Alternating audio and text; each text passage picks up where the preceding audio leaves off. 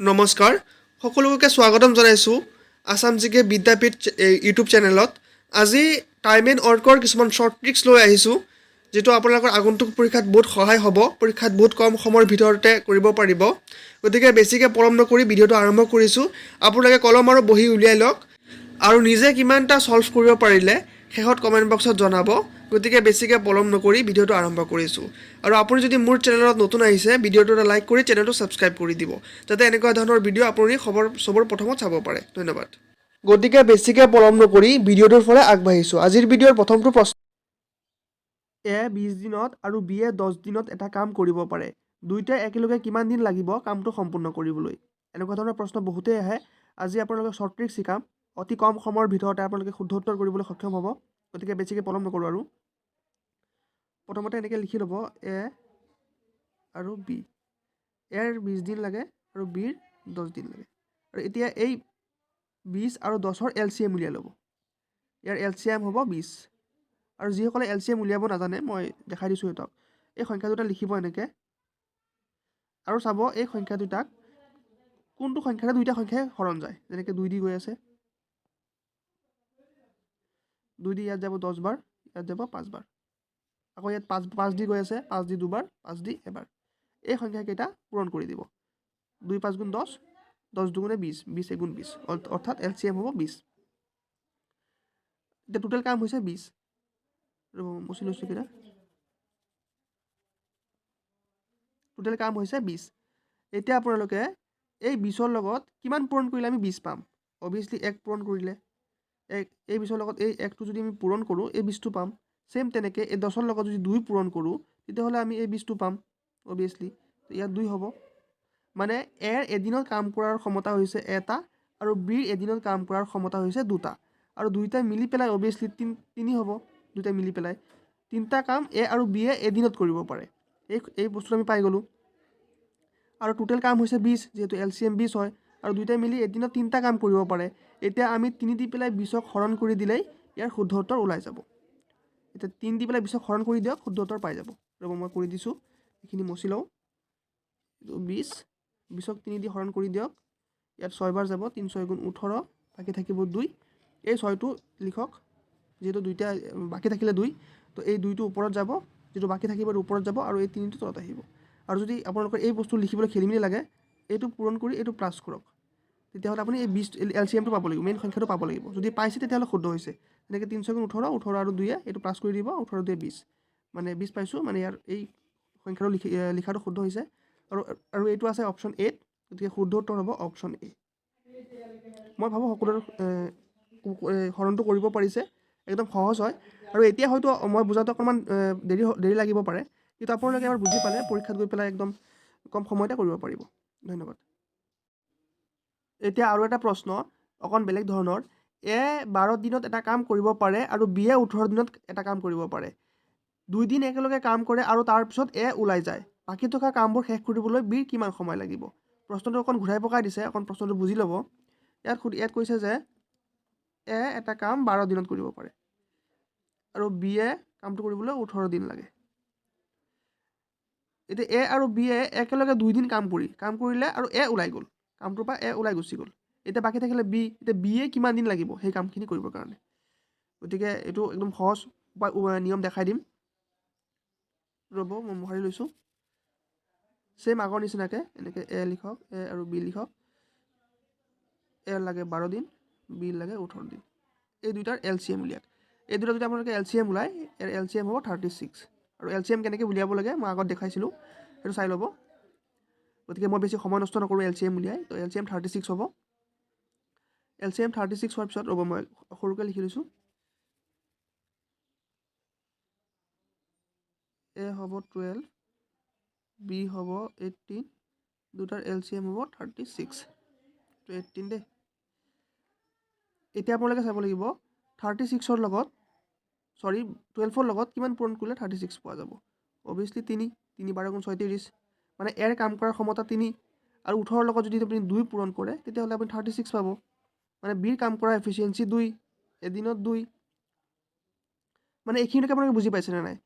এৰ এদিনত কাম কৰা এফিচিয়েঞ্চি হৈছে 3 আৰু বিৰ হৈছে 2। এইটো এদিনত দেই, এইটো মনত ৰাখিব, এদিনত। এতিয়া আপুনি এতিয়া প্ৰশ্নটো পঢ়ক, 2 দিন একেলগে কাম কৰে আৰু তাৰপিছত এ ওলাই যায়, মানে এ আৰু বিয়ে 2 দিন একেলগত কাম কৰে, মানে এৰ 3 আৰু বিৰ 2, দুটা প্লাছ কৰিলে 5 পাম। এই 5 হৈছে এ আৰু বিয়ে দুইটাই একেলগে এদিনত কৰা কামৰ এফিচিয়েঞ্চি। এতিয়া 2 দিনত একেলগত কাম কৰে, তো অবভিয়াছলি 5ৰ লগত 2 পূৰণ কৰি দিলে হৈ যাব 10 হৈছে মানে এ আৰু বিয়ে 2 দিন একেলগত কাম কৰে, আৰু টোটেল কাম কিমান আছিলে 36, টোটেল কাম আছে 36, আৰু দুইটাই একেলগত 10টা কাম কৰে 2 দিনত, তো সেইটো মাইনাছ কৰি দিয়ক, মাইনাছ কৰিলে 26 হৈ যাব। এতিয়া বাকী থাকিলে 26, আৰু এই 26টা কাম বিয়ে অকলে কৰিব লাগিব, কাৰণ এটো 2 দিন কাম কৰি ওলাই গ'ল। এতিয়া বাকী টোটেল 26টা কাম থাকিলে, আৰু এতিয়া বিৰ এফিচিয়েঞ্চি কিমান আছিলে 2, তো আগৰটোৰ নিচিনাই বিৰ এফিচিয়েঞ্চি 2, যে 2 দি পেলাই 26 হৰণ কৰি দিয়ক আপুনি, মই ইয়াত লিখি দিছোঁ 26 2, 13 যাব অবভিয়াছলি, 13 দুগুণ 26, 0 থাকিলে অপশ্যন হ'ব ডি 13, বিয়ে 13 দিন লাগিব বাকী কামখিনি কৰিবৰ কাৰণে। আপোনালোকে এইটো বুজি পালে নে নাই? যদি বুজি পোৱা নাই ভিডিঅ'টো স্কিপ কৰি আকৌ চাওক, এইটো একদম সহজ হয়, অকণ খালি কুৱেশ্যনটো ঘূৰাই পকাই দিছে, নহ'লে আগৰ নিচিনাই একো প্ৰব্লেম নাই। নেক্সট আৰু এটা প্ৰশ্ন, ইণ্টাৰেষ্টিং প্ৰশ্ন, 2জন পুৰুষ বা 3জন মহিলাই, এইটো বা নহয় আৰু হ'ব, 2জন পুৰুষ আৰু 3জন মহিলাই 96 দিনত এটা কাম সম্পূৰ্ণ কৰিব পাৰিব, তেতিয়া 6জন পুৰুষ আৰু 7গৰাকী মহিলাই কিমান দিন লাগিব একেটা কাম সম্পূৰ্ণ কৰিবলৈ? গতিকে ইয়াৰ শ্বৰ্ট ট্ৰিক শিকাই দিম, প্ৰশ্নটো পঢ়ি ভয় নাখাব। ইয়াত সুধিছে 6জন পুৰুষ আৰু 7গৰাকী মহিলাই কিমান দিন লাগিব। তো প্ৰথমতে এই 6টো ইয়াত লিখিব 6, আৰু আগতে যদি ইয়াত 6জন পুৰুষ আৰু আগত 2জন পুৰুষৰ কথা আছিলে, তো 2 দি ডিভাইড হ'ব, মানে এই 6টো ইয়াত আহিব আৰু এই 2টো ইয়াত আহিব, তাৰপিছত চেম প্লাছ কৰিব, 7টো মহিলা 7গৰাকীৰ কথা কৈছে, আৰু আগত কৈছিলে 3গৰাকী মহিলাৰ কথা, 3 ডিভাইড হ'ব, আৰু যিহেতু আমাক ডে ওলাব লাগে মানে ডি, আৰু টোটেল হৈছে 96।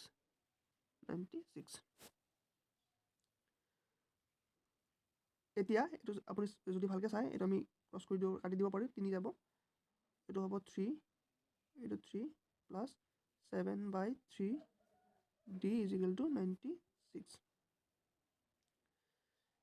মই ওপৰখিনি মচি দিছোঁ যদি হৈছে আপোনালোকৰ,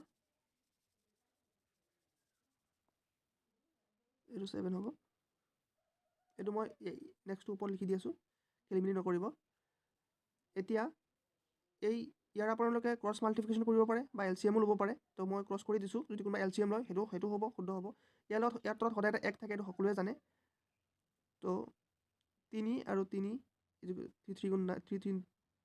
9, এইটো আৰু এইটো পূৰণ, এতিয়া এইটো আৰু এইটোৱে 7 × 1 = 7, এইটো প্লাছ হ'ব, যিটো প্লাছ চিন আছে, ডিভাইড বাই 3 × 3, চেম আকৌ ডি = 96,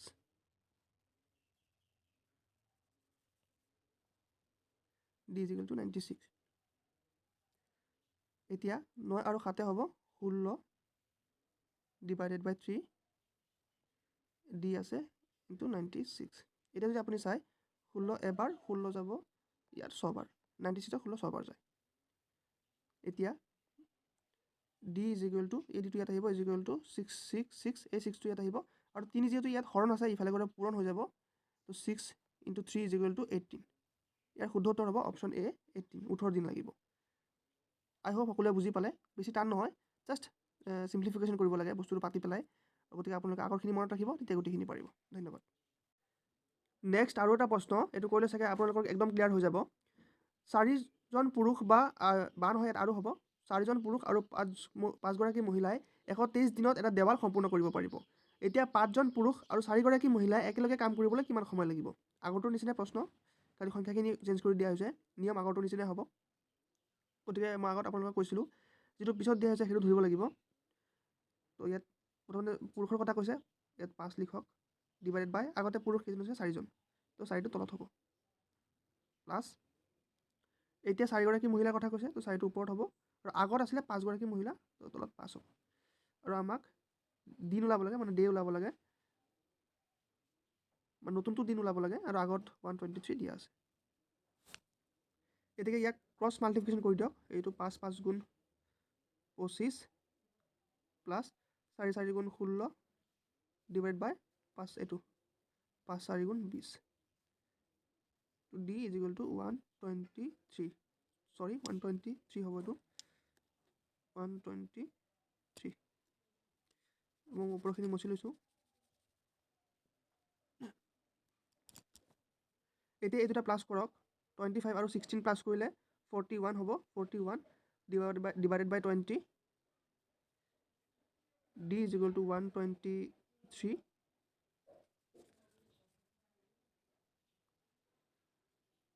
এতিয়া আপোনালোকে ডিটো ইফালে লৈ আহক, ডি ইফালে আহিব, ইজ ইকুৱেল টু হ'ব 123।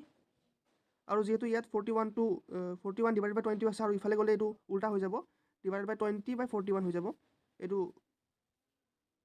তলত আহি যাব, তলৰটো ওপৰত গুচি যাব, 20 বাই 41 হ'ব, উল্টাটো হ'ব। এইটো হয়তো আপোনালোকে জানে। আৰু যদি আপোনালোকে পূৰণ কৰি চায় 41 3 গুণ 123, মানে 41 123 তিনিবাৰ যায়। তো গতিকে ডি ইজ ইকুৱেল টু এই 3 আৰু 20টো পূৰণ কৰি দিয়ক, 3 20 গুণ 60, মানে ইয়াৰ উত্তৰ হ'ব অপশ্যন বি 60 দিন। আই হোপ এতিয়া আপোনালোকে একদম ক্লিয়াৰ হৈ গৈছে। যদি আগৰটোত বুজি পোৱা নাছিলে, এইটোত হয়তো একদম বুজি পাই গৈছে। নেক্সট আৰু এটা প্ৰশ্ন, এনেকুৱা ধৰণৰ প্ৰশ্ন যোৱা পৰীক্ষাটো আহি গৈছে। প্ৰশ্নটো হৈছে এ 18 দিনত, বি এ 20 দিনত আৰু চি এ 30 দিনত এটা কাম সম্পূৰ্ণ কৰিব পাৰে। যদি বি আৰু চি এ একেলগে কাম কৰে আৰু 2 দিন পিছত যাবলৈ বাধ্য হয়, তেন্তে বাকী কাম সম্পূৰ্ণ কৰিবলৈ অকল এ লোৱা সময় কিমান লাগিব? গতিকে প্ৰশ্নটো প্ৰথমতে বুজি ল'ব। ইয়াত কৈছে এৰ 18 দিন লাগে, বিৰ 20 দিন লাগে আৰু চিৰ লাগে 30 দিন এটা কাম কৰিবলৈ। এতিয়া বি আৰু চি এ মিলি পেলাই 2 দিন কাম কৰিলে, 2 দিন কাম কৰি কামটো এৰি গুচি গ'ল। এতিয়া বাকী থাকিলে এতিয়া বাকী কামখিনি কিমান দিনত কৰিব এইটো সুধিছে। গতিকে একদম সহজ নিয়ম শিকাই দিম। প্ৰথমতে এনেকৈ লিখি লওক, এ বি চি।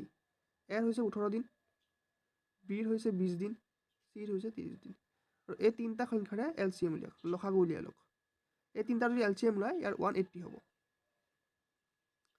যদি LCM উলিয়াব নোৱাৰে, মই প্ৰথমতে দেখাই দিছোঁ, গতিকে মই আৰু টাইম ৱেষ্ট নকৰোঁ। LCM উলিয়াই 180 হ'ব LCM। এতিয়া 18ৰ লগত কিমান পূৰণ কৰিলে আমি 180 পাম?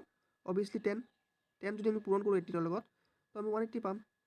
আৰু 20ৰ লগত কিমান পূৰণ কৰিলে আমি 180 পাম? অভিয়াছলি 9 যদি আমি পূৰণ কৰোঁ তেতিয়া 180 পাম, 9। আৰু যদি আমি 30ৰ লগত 6 পূৰণ কৰোঁ তেতিয়াও আমি 180 পাম অভিয়াছলি। মানে এৰ এফিচিয়েঞ্চি হৈছে 10, বিৰ এফিচিয়েঞ্চি হৈছে 9 আৰু চিৰ এফিচিয়েঞ্চি হৈছে 6। মই মচি লৈছোঁ এইখিনি, আপোনালোকে লিখি ল'ব যিহেতু মোৰ আৰু চাইৰ প্ৰয়োজন হৈছে। এৰ এফিচিয়েঞ্চি আছিলে 10, বিৰ আছিলে 9, চিৰ আছিলে 6। এইটো এফিচিয়েঞ্চি দেই, এইটো এফিচিয়েঞ্চিখিনি লাগিব। এতিয়া প্ৰশ্নত কৈছে বি আৰু চিয়ে একেলগে কাম আৰম্ভ কৰা 2 দিন পিছত যাবলৈ বাধ্য হয়। মানে এই 9 আৰু 6টো প্লাছ কৰি দিয়ক, 9 আৰু 6 প্লাছ কৰিলে হ'ব 15। মানে বি আৰু চিয়ে এদিনত 15টা কাম কৰিব পাৰে। এইখিনিলৈকে চাগে বুজি পাইছে। বিৰ এদিনত কাম কৰাৰ ক্ষমতা 9টা আৰু চিৰ এদিনত কাম কৰাৰ ক্ষমতা 6টা। তো দুইটা মিলি এদিনত কাম কৰাৰ ক্ষমতা 15 আৰু দুইটাই মিলি 2 দিন কাম কৰে। প্ৰশ্ন চাবলৈ দেখাবলৈ পাইছে 2 দিন কাম কৰে। তো 15ৰ লগত 2 পূৰণ কৰক, ইকুৱেল টু 30। মানে বি আৰু চিয়ে মিলি 2 দিনত 30টা কাম কৰে, 30টা কাম কৰি এৰি গুচি যায়। আৰু টোটেল কাম আছিলে 180, যিহেতু LCM 180 আছিলে, তো মচি লৈছোঁ, যিহেতু LCM 180 আছিলে, টোটেল কাম আছিলে 180। আৰু বি আৰু চিয়ে 30টা কাম কৰি গুচি গৈছে, মানে 30টা কাম মাইনাছ হৈ যাব, থাকিব 150। এতিয়া এই 150টা কাম অকলে কৰিব লাগিব। আৰু এৰ এফিচিয়েঞ্চি যদি আপোনালোকৰ লিখি থৈছে বা মনত আছে, বা আপোনালোকে ভিডিঅ'টো ৰিভাৰ্চ কৰি চাব পাৰে, এৰ এফিচিয়েঞ্চি 10 আছিলে। তো এতিয়া আমি 150ক 10ৰে হৰণ কৰি দিলে এনচাৰটো ওলাই যাব। 150 10ৰে হৰণ কৰি দিয়ক, কিমান হ'ব? 15 10 গুণ 150 0, মানে এনচাৰ হ'ব 15। অপশ্যন কোনটো হ'ব? অপশ্যন হ'ব চি 15। এৰ 15 দিন লাগিব। আই হোপ আপোনালোকে বুজি পালে। যদি বুজি পোৱা নাই, ভিডিঅ'টো ৰিভাৰ্চ কৰি আকৌ চাব, একদম সহজ হয়, ভয় খাবলগীয়া একো নাই। ভিডিঅ'টো চোৱাৰ বাবে ধন্যবাদ। আৰু মেথছৰ কোনটো টপিকৰ শ্বৰ্ট ট্ৰিক্স লাগে আপোনালোকে কমেণ্ট বক্সত কমেণ্ট কৰি জনাব। ধন্যবাদ।